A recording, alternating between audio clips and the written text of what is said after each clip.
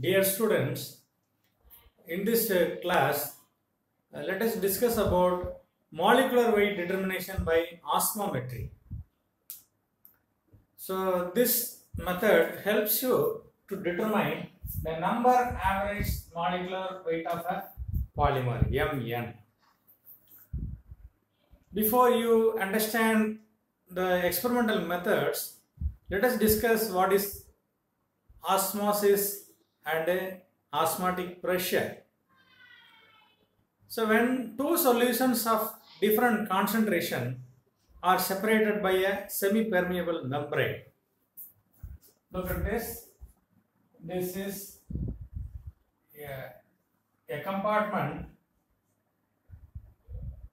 separated by solution and solvent. When these two are separated by a semi-permeable membrane, naturally, due to the difference in chemical potential between the solvent and the solution, the solvent molecule try to penetrate through the membrane to the solution side. So this movement is called a osmosis. The transfer of solution or movement of solvent molecules, okay, from one side to the other side is called a osmosis. So if you apply a pressure from the solution side,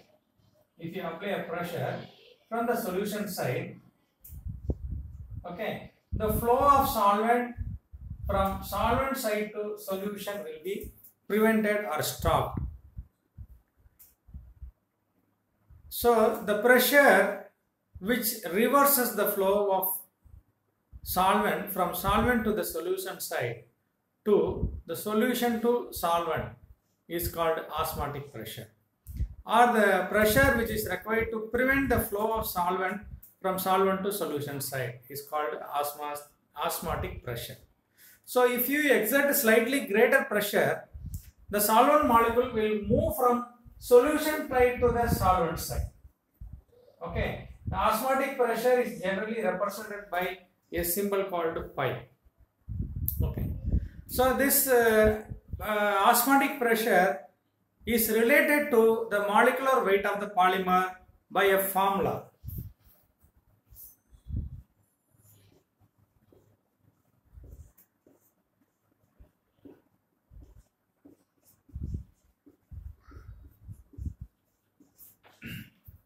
Pi by RTC, pi is the osmotic pressure, R is a constant, T is the temperature, C is the concentration of the solution. At C tends to 0, towards 0 concentration becomes equal to pi by 1 by Mn, the number average molecular weight, plus Bc. B is a virial coefficient, C is a concentration. Okay. So this formula helps you to determine the molecular weight. So when the concentration C becomes equal to 0, this equation pi by RTC directly become 1 by Mn. So you can determine the molecular number average molecular weight by using this formula. Okay. So now let us see how the experiment can be performed. So look at the picture. This is an experimental setup for a static equilibrium method of osmometry. So let me explain you the diagram. So this is you have a metallic block, okay, which can be separated by a group. Two solid metallic blocks which can be separated by a grooved surface, okay, porous surface, and the two grooved surfaces are joined, okay, by a semi-permeable membrane. Okay, so this is the grooved surface, okay, a porous surface of one block, one half. Similarly, you have parallelly and another block, okay, and and these two blocks are separated by a membrane in between, semi-permeable membrane in between. Okay, so look at this. This metallic block is attached with a capillary. Okay, we have fine glass tube through which you can monitor the flow of solvent and the solution. So, and these two metallic blocks, this is a cross-sectional view and this is a full view where you cannot see the metallic groove or a semi-permeable membrane. So, they assume this two chambers of this metallic block, and the two parts are separated by this one side you have to fill up with the solvent and another side you have to prepare a polymer solution. You have to fill up with a polymer solution. Okay, and the two blocks are separated by a semi-permeable membrane. So this is a concentrated site, okay, where you can find polymers dissolved. Okay, and this is a solvent. You can assume this is a dilute part. Okay, so first let us before you start the experiment, maintain the equal head. The head should be solvent head and the solution head should be maintained equally. So clear. So once after some time you can note down the solvent molecule will flow from solvent side to the solution side. Solvent molecule will move from solvent side to the solution side. Due to the chemical potential difference, the solvent will flow. So what will happen? The osmotic, the height, the solution slowly goes down. Okay, and this will increase. This side, the solution will increase. Okay, so and after a certain period of time, the solvent molecule will slowly penetrate through the membrane to the solution side, and after a certain period of time there will be an equilibrium, and thereafter there won't be any flow of solvent from solvent to the solution side. So that you have to wait until the equilibrium is reached. Okay, and then note the height of the solvent movement. Okay, there are instruments through which you can accurately measure the height. Okay, called a cathetometer. Okay, so this osmotic head is measured as head. This height is measured as a h. Okay, then you have to plot a graph.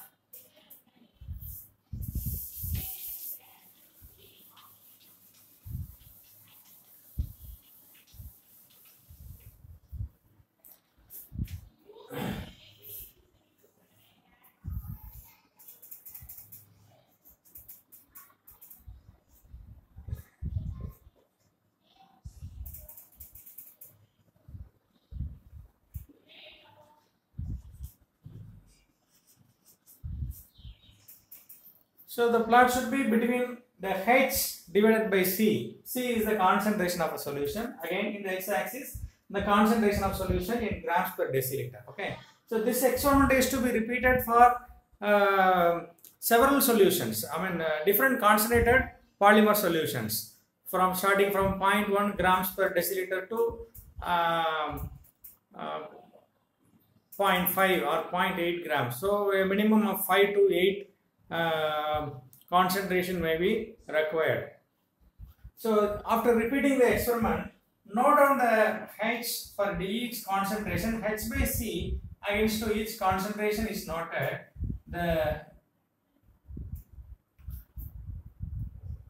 You will get a straight line. Okay, and the straight line extrapolate along the y axis. So this is called L. This is called a osmotic head L. Okay, at C, concentration C, that is when pi by RT is equal to 1 by Mn plus Dc. When concentration C turns to become 0, okay, osmotic head H becomes equal to L at concentration 0. Okay. So now let us relate this osmotic height and the atmospheric pressure phi.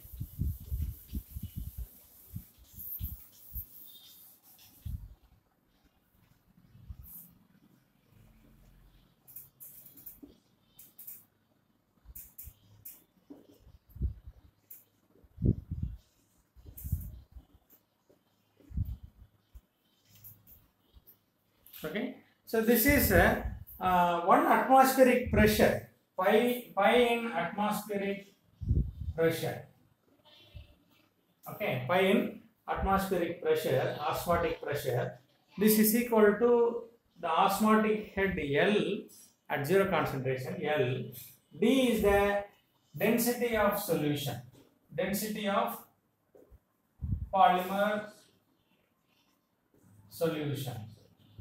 Okay, so this is a numerical constant where one atmospheric pressure is equal to 1033 grams per deciliter cube.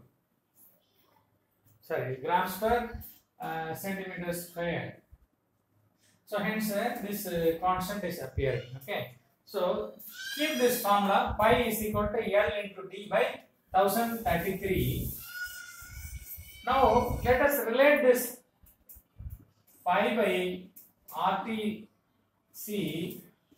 and C tends to become 0 is equal to 1 by Mn plus Bc. Okay. Now at concentration 0, so you know this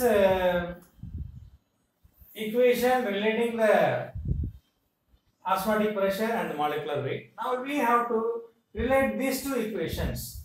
Okay, that is pi by C at concentration C tends to become 0 is equal to RT by Mn. Okay, when concentration becomes 0, this term usually vanishes away. So pi by RTC equal to 1 by Mn.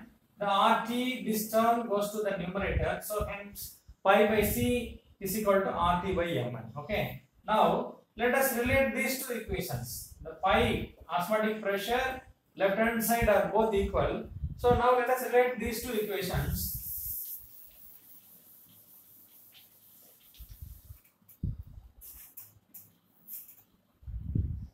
So RT by Mn is equal to L into D by 1033. Okay. So now what is 1 by Mn? 1 by Mn is equal to L into D by 1033 into RT. So Mn is equal to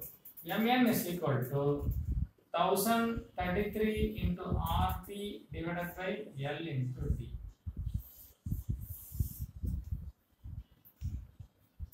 I hope you understand the changes. RT by Mn equal to LD by 1033. From this, by equating these two, now I have brought this RT to this side. Okay, L into D by 1033 RT. So from denominator I bring it to the numerator side. Mn bar is equal to 1033 RT by L into D. Okay. Now the molecular weight of the polymer can be determined, okay, for a polymer solution by measuring along this L. Okay, the L is derived from the plot of H by C against to C. So this is the value L we have determined. Okay. So this method is calculations are very simple. So now let us discuss what is the advantage and limitations of this method. Okay. So this static method is a very simple method, experimentally viable, for which any polymer solution, solvent solution system you can perform the experiment and find the number average molecular weight. Okay. The limitation of the method the limitation of the method is that this method is very slow. This method is very slow method. So you will have to wait up to the attainment of equilibrium pressure between the solvent side to the solution side. Okay. So it takes lot of time. For one single measurement, you may have to wait for a day or two. Okay. So for just for one concentration, you may have to wait for a day or two. Then imagine for 5 or 10 concentrated polymer solutions, you may have to wait for more than a week. Okay. So for measuring the molecular weight, you have to wait for a week period. So which is a long process. Nowadays you have methods available which can be calculated in a few hours. Okay, so this is a very slow and a tedious process. Now let us recollect whatever we have studied through osmometer. So the principle of osmometry, principle involved in osmometry is osmosis. Osmosis is the flow of solvent to the solution side. When two solutions of different concentration is separated by a semi-permeable membrane, the solvent molecules move from solvent side to the solution side due to the chemical potential difference. The flow of solvent can be arrested by applying a pressure from to the opposite side. Okay, so the pressure which is required to arrest the flow of solvent from solvent to the solution side is called a osmotic pressure. The osmotic pressure can be related to the molecular weight of the solution because it varies from one concentration to other concentration and also to polymers of different polymeric system. Pi by RTC is equal to 1 by Mn plus Bc. Okay. So we have made a setup consisting of two metallic blocks. The two metallic blocks are separated by a semi-permeable membrane with a groove attached. So through this groove or semi-permeable membrane, the solvent molecule can flow from one compartment to the other compartment. So initially, the two compartments, the one compartment should be filled with the polymer solution, the other compartment should be filled with a solvent. Then you have to note the timings. The solvent can slowly penetrate from solvent side to the solution side. As a result, the solvent level goes down, and to the solvent level at the solution side goes up. Okay, so it takes a few days to reach an equilibrium. So after the equilibrium, there will not be any increase in the height.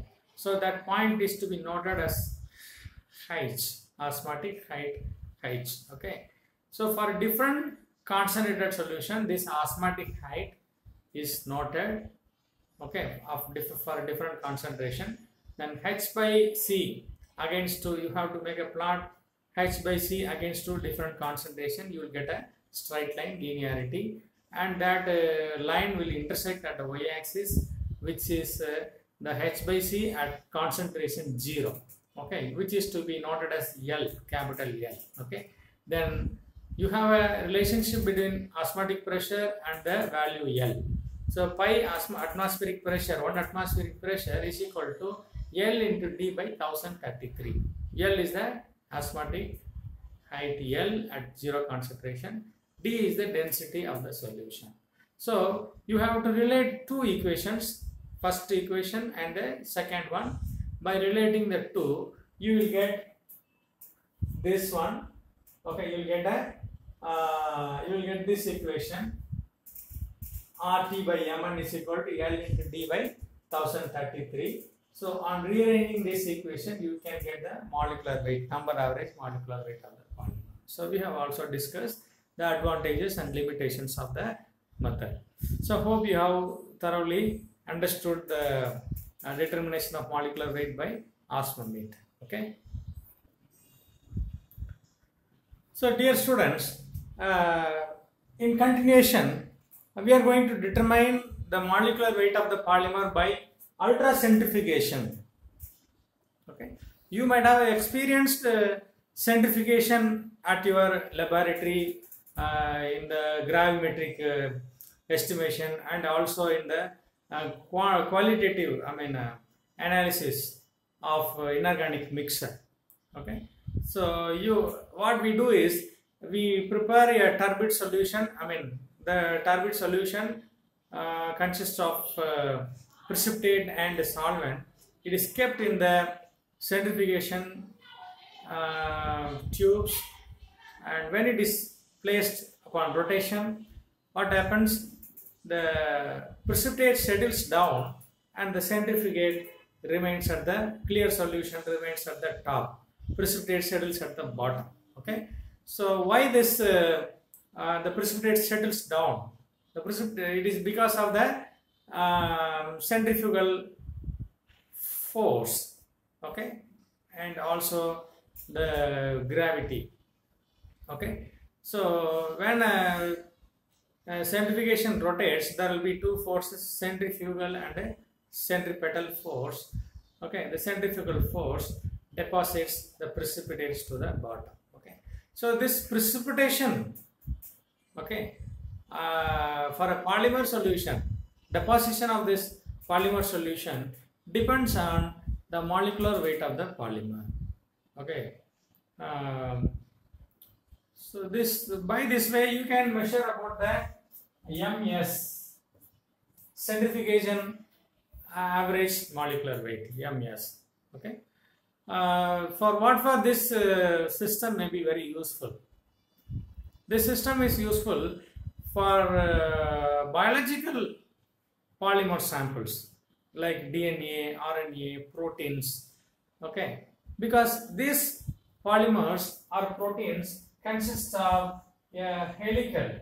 So if you take up a DNA, okay, you will find this helical structures. And if you take proteins, okay, the protein consists of a series of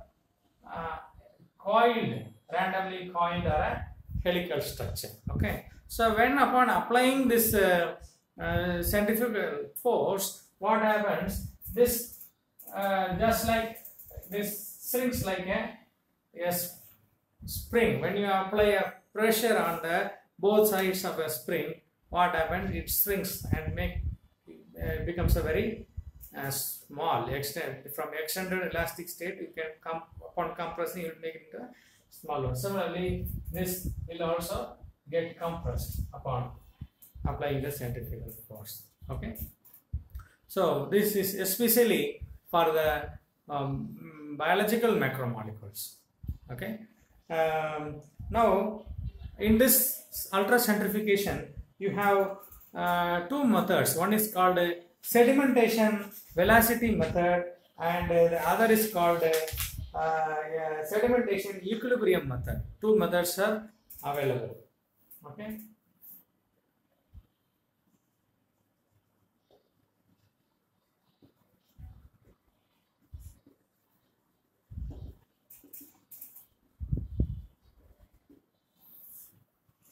so in the sedimentation velocity method, the molecular weight of the polymer is calculated by using this formula S0 into RT divided by D0 1 minus rho V. S0 RT D0 1 minus rho into V. Okay, S0 is called sedimentation constant. Okay, and D0 is called diffusion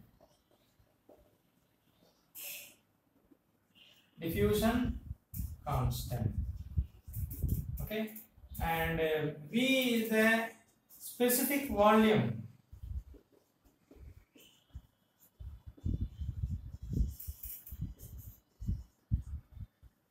particular polymer. Okay, rho is nothing but the density of polymer solution. Okay, so let me repeat again. S0 is the sedimentation constant, D0 is the diffusion constant, V is the specific volume of a particular polymer, rho is the density of the polymer. Okay, so by using this parameter, R is the gas constant, T is the temperature. So by finding these two, D0 and S0, these two are the parameters we need to determine, S0 and D0. So other terms are constants for a particular polymer and at constant temperature. Okay, so we need to find only the D0 and S0. So if you find these two, you can calculate the sedimentation average molecular weight. So sedimentation velocity method actually helps you.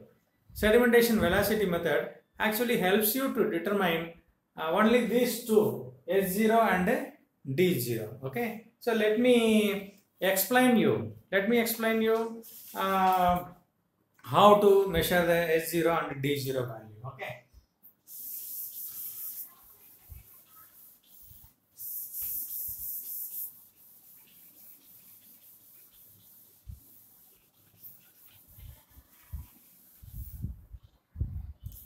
So you have to prepare a polymer solutions of different concentration.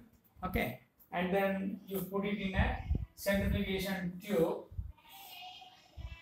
Okay, the centrifugation tube rotates at a very high velocity. Okay, the concept of ultracentrifugation is the rotation of the rotational speed is greater than 65,000 revolution per minute.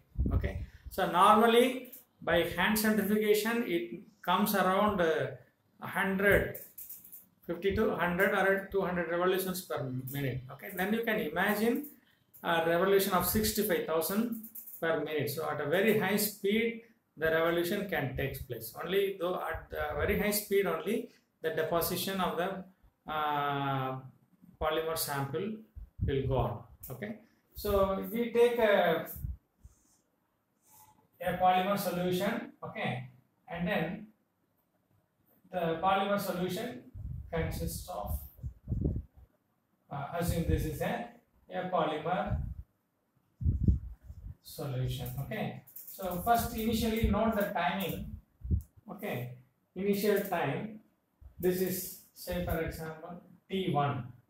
Okay, note the height of this solution. Okay, so at time T2, that means maybe after 1 minute or 30 seconds to 1 minute duration. No, when the revolution starts, what happens? The polymer starts depositing. Okay, so now you will find the clear solution to this side and thickly populated solution go on to the bottom. Okay, so the boundary moves to the bottom. So at time T2, so again T3, you take almost it goes to the bottom, you'll find the boundary is here. Okay, so this boundary can be measured accurately using some instrument, okay, catheterometer or something like that. So by every time you note down the distance to where it resides. Okay, x1, this is x2, and this distance as x3, and this as a x4. So for T1, x1, for time T2, x2, time T3, x3, time T4, T3 and T4, x4. So the moving boundary at different time intervals are noted. That is noted as, so from this value you can find x2 minus x1 is equal to T2 minus T1. So this is rate at which the sedimentation takes place. Okay, so this U can be used to measure. S is equal to U by omega squared into 2 by x1 plus x2. So you find out S value, not S0. You find the S value, which is U by omega is the angular velocity. Okay, U is from here, x1 and x2 are the distance receding. So from this you find the S0 S value.